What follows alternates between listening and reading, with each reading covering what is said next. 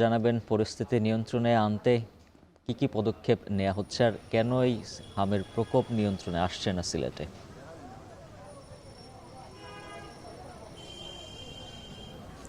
উজ্জ্বল, দেখুন গত ২৪ ঘন্টায় আমি যদি মৃতের সংখ্যা বলি সেটি তো হচ্ছে ২ জন এবং সব মিলিয়ে ১৩৮ জনে গিয়ে দাঁড়িয়েছে সিলেট বিভাগের মৃতের সংখ্যা।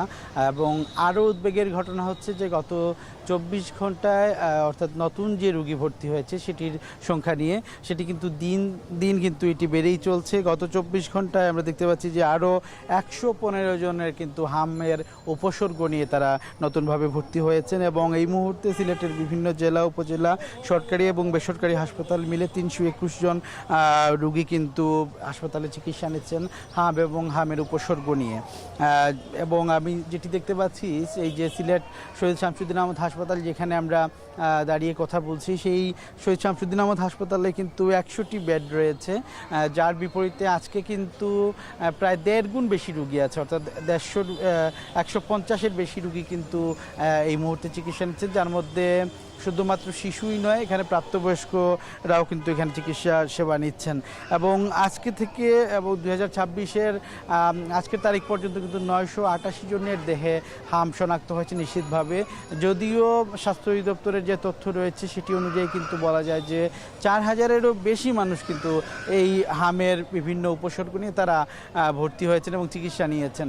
এবং আমরা যেটি দেখেছি যে গত ২৪ ঘন্টায় যে মৃত্যু হয়েছে, দুইজনই কিন্তু শিশু, একজন ৬ মাস বয়সী যার বাড়ি হবিগঞ্জে এবং একজন ৮ মাস বয়সী শিশু যার নাম তামিম, এবং তিনি সিলেট শামসুদ্দিন আহমদ হাসপাতালে কিন্তু মৃত্যুবরণ করেছে, যার বয়স ছিল মাত্র ৯ মাস।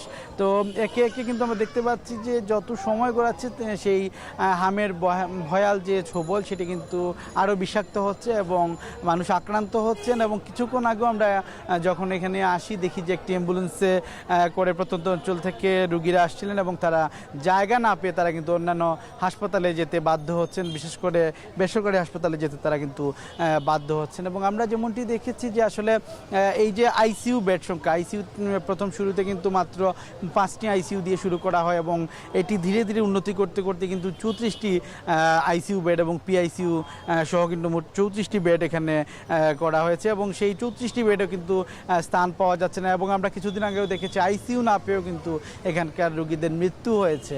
সব মিলিয়ে আমি যদি বলি যে সিলেটে পরিস্থিতি কিন্তু যত সময় গড়াচ্ছে ততই খারাপের দিকে যাচ্ছে। এবং আপনি যেমনটি শুরুতে জানতে চাচ্ছিলেন আসলে এই হাসপাতালের চিকিৎসা এবং পরিস্থিতি নিয়ন্ত্রণে স্বাস্থ্য অধিদপ্তরের যে কার্যক্রম সেটি কিন্তু আসলে খুব একটা যে তাদের তৎপরতা রয়েছে বা তারা যে আসলে খুব একটা তৎপর রয়েছেন সেটি কিন্তু আমরা দেখতে পাচ্ছি না। এবং আইসোলেশনের যে ব্যাপারটি রয়েছে সেই আইসোলেশনটি কিন্তু আমরা কোনোভাবেই দেখি না।